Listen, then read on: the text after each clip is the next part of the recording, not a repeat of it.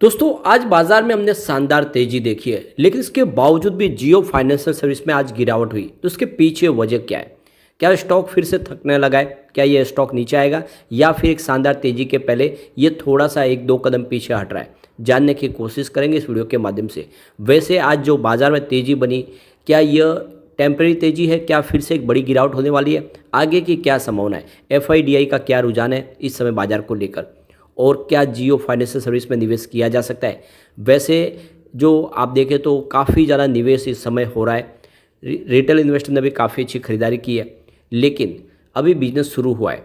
आने वाले समय 1 या 2 क्वार्टर के बाद पता चलेगा कि कंपनी किस तरह से कारोबार आगे बढ़ाएगी, लेकिन विज़न बड़ा है और टीम तैयार है। आने वाले समय डेफिनेटली ये स्टॉक कमाल तो करेगा और बहुत कम प्राइस में मिल रहा है, तो क्या दांव लगाया जा सकता है?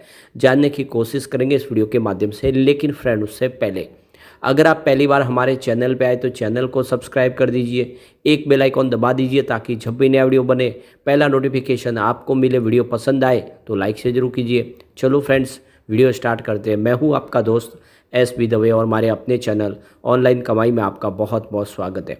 तो सबसे पहले अगर हम BSE सेंसेक्स की बात करें तो आज शुरुआत तो लगभग पॉजिटिव हुई, क्योंकि क्लोजिंग थी फ्राइडे की 63,782 पर, शुरुआत ही 63,885 पर। तो ये शुरुआत पॉजिटिव हुई, लेकिन बहुत जल्द बाज़ार निगेटिव हो गया। यानी 2 से 3 मिनटों के अंदर ही देखें तो बाज़ार में गिरावट बनी और ये जो तेज़ी थी लगभग 100 पॉइंट की, वो गिरावट में बदल गई। और आप देखें तो बाज़ार काफ़ी ज़्यादा गिरावट में आए, लेकिन उसके बाद में एक शानदार बाउंस बैक भी देखने को मिला। तो आप ये देख सकते हो कि जो इंट्राडे में गिरावट हुई है वो खरीदी भाव से अगर आप देखें तो 400 पॉइंट स्टॉक नीचे गया। बाजार 400 पॉइंट की गिरावट दिखाई बाजार ने, और वहाँ से एक शानदार बाउंस बैक देखा कम से कम 300 पॉइंट का। यानी जो क्लोजिंग रही वो 64,112 के आसपास रही, 329 पॉइंट की शानदार तेजी के साथ, यानी 0.52% की तेजी BSE सेंसेक्स में देखी है। तो इंट्राडे का अगर आप देखें तो अब मूव 700 पॉइंट का है, क्योंकि 400 पॉइंट की गिरावट हुई थी और वहाँ से 300 पॉइंट की तेजी देखने को मिली। लेकिन क्या ये तेजी वाकई में सब में थी? तो अगर हम देखें तो ये तेज़ी निफ्टी बेस ही थी, यानी बड़े इंडेक्स में ही थी। आज स्मॉल कैप में कोई तेज़ी बनी नहीं है, न ही मिड कैप में इतनी तेज़ी थी। आप देख सकते हो निफ्टी 50 0.49% की तेज़ी बताई है। निफ्टी नेक्स्ट 50 में कोई खास तेज़ी नहीं थी, 0.16% की तेज़ी थी। निफ्टी 100 में जरूर 0.45% की तेज़ी थी और निफ्टी 200 में भी 0.39% की तेज़ी थी। लेकिन अगर हम बात करें तो यहाँ पे निफ्टी मिड कैप 50 आज 0.10% गिरा है, यानी निफ्टी मिड कैप 50 में आज माहौल निगेटिव था। निफ्टी मिड कैप 100 भी 0.09% की ही तेज़ी बताई है। इसका मतलब है कि आज मिड कैप ने कोई अच्छा प्रदर्शन नहीं किया, भले ही बाजार में तेज़ी बनी हो। अब निफ्टी स्मॉल कैप में भी कोई खास तेज़ी नहीं देखने को मिली। बिल्कुल आप देख सकते हो कि निफ्टी स्मॉल कैप 100.15% की मामूली सी तेज़ी है, और इसके अलावा निफ्टी स्मॉल कैप 50 तो 0.04% की गिरावट भी हुई। यानी 2 इंडेक्स में हमें गिरावट देखने को मिली, और वो है निफ्टी स्मॉल कैप 50 और निफ्टी मिड कैप 50, दोनों में ही आज गिरावट है। तो ये तेज़ी बनी है सिर्फ ऊपर के इंडेक्स में। वैसे इंडिया VX भी 5.36% पॉजिटिव था। इसका मतलब ये है कि ये आज की जो तेज़ी है वो सिर्फ कुछ शेयरों के अंदर है। पूरे ओवरऑल बाजार की बात करें तो आज बाजार के सेंटीमेंट बिगड़े हुए थे, और इसका असर हमने हर स्टॉक के अंदर देखा। आज स्मॉल कैप में मामूली मात्रा की तेज़ी थी। आप देखें तो निफ्टी स्मॉल कैप 250 भी 0.07% की मामूली सी तेज़ी देखने को मिली। ओवरऑल देखें तो ये तेज़ी इंडेक्स बेस्ड थी, ऊपर के इंडेक्स में निफ्टी 100 और 50 के अंदर। बाकी तो ओवरऑल देखें तो सारा का सारा मामला बिगड़ा आज। अब आज इस तेज़ी में 2-3 इंडेक्स के अंदर बड़ी गिरावट हुई है। देख सकते हो कि निफ्टी ऑटो आज ज़बरदस्त पीटा है, 0.90% की गिरावट हुई है। इसके बाद में अगर आप देखें तो आपको निफ्टी कंज्यूमर ड्यूरेबल में भी 0.51% की गिरावट देखने को मिली। इसके अलावा निफ्टी FMCG भी आज 0.42% पीटा, और निफ्टी मीडिया में भी 0.06% गिरावट। तो 4 इंडेक्स में गिरावट हुई है। अब ये तेज़ी बनी तो कहाँ पे बनी? सबसे शानदार आज तेज़ी बनी है निफ्टी रियलिटी में, 2.14% की ज़बरदस्त तेज़ी। और बाकी अगर आप देखें निफ्टी बैंक में अच्छी तेज़ी थी, 0.60% की तेज़ी, और निफ्टी प्राइवेट बैंक में भी 0.55% की तेज़ी थी। तो यह बैंकिंग सेक्टर आज अच्छा किया, और इस वजह से भी आज हमें सेंसेक्स ऊपर जाता हुआ दिखाई देगा। और निफ्टी फाइनेंशियल सर्विस में भी 0.59% की तेज़ी थी। लेकिन उसके बावजूद भी जियो फाइनेंशियल सर्विस ने आज अच्छा प्रदर्शन नहीं किया है, और इसके पीछे वजह है प्योरली प्रॉफिट बुकिंग। अब यहाँ पे ये तेज़ी तो बन रही है, लेकिन इसमें एफआई का साथ नहीं मिल पा रहा है। एफआई ने आज भी बिकवाली की है, लगातार बिकवाल बने हुए हैं। आज 6,653 करोड़ का उन्होंने नया इन्वेस्टमेंट किया है, लेकिन सामने 8,415 करोड़ की बिकवाली कर दी है। तो उनकी बिकवाली का आंकड़ा आज 1,761 करोड़ निगेटिव है, और फ्राइडे को भी उन्होंने 1,500 करोड़ का माल बेचा था। तो लगातार बिकवाल बने हुए, भले बाजार में तेजी बन रही है लेकिन एफआई बिल्कुल बिकवाल बने हुए, लगातार बिकवाली कर रहे हैं और यही बाजार के लिए फिलहाल अभी भी बहुत बड़ा वीक सिग्नल है। एफआई के हैं जो बड़े निवेशक हैं वो इस समय लगातार पैसे निकाल रहे बाजार से। बाजार को साथ मिला है डीआई की तरफ से। आज डीआई ने देख सकते हो कि 1328 करोड़ का नया इन्वेस्टमेंट किया, तो यह उनकी अच्छी बात है कि जो उनकी खरीदारी हुई है, यानी उन्होंने खरीदारी के सामने बिकवाली आज कम की है और लगातार उनकी परिपाटी बनी हुई है। वैसे उन्होंने भी फ्राइडे को मात्र 313 करोड़ का ही माल खरीदा था, आज थोड़ी खरीदारी अच्छी है, लेकिन देख सकते हो कि जिस तरह से बिकवाली हो रही है एफआई की तरफ से उतनी खरीदारी डीआई भी नहीं कर पा रही है और इसीलिए कह सकते हैं कि ये जो तेज़ी है टेम्प्रेरी है, आने वाले समय बाजार में फिर से गिरावट का माहौल बन सकता है।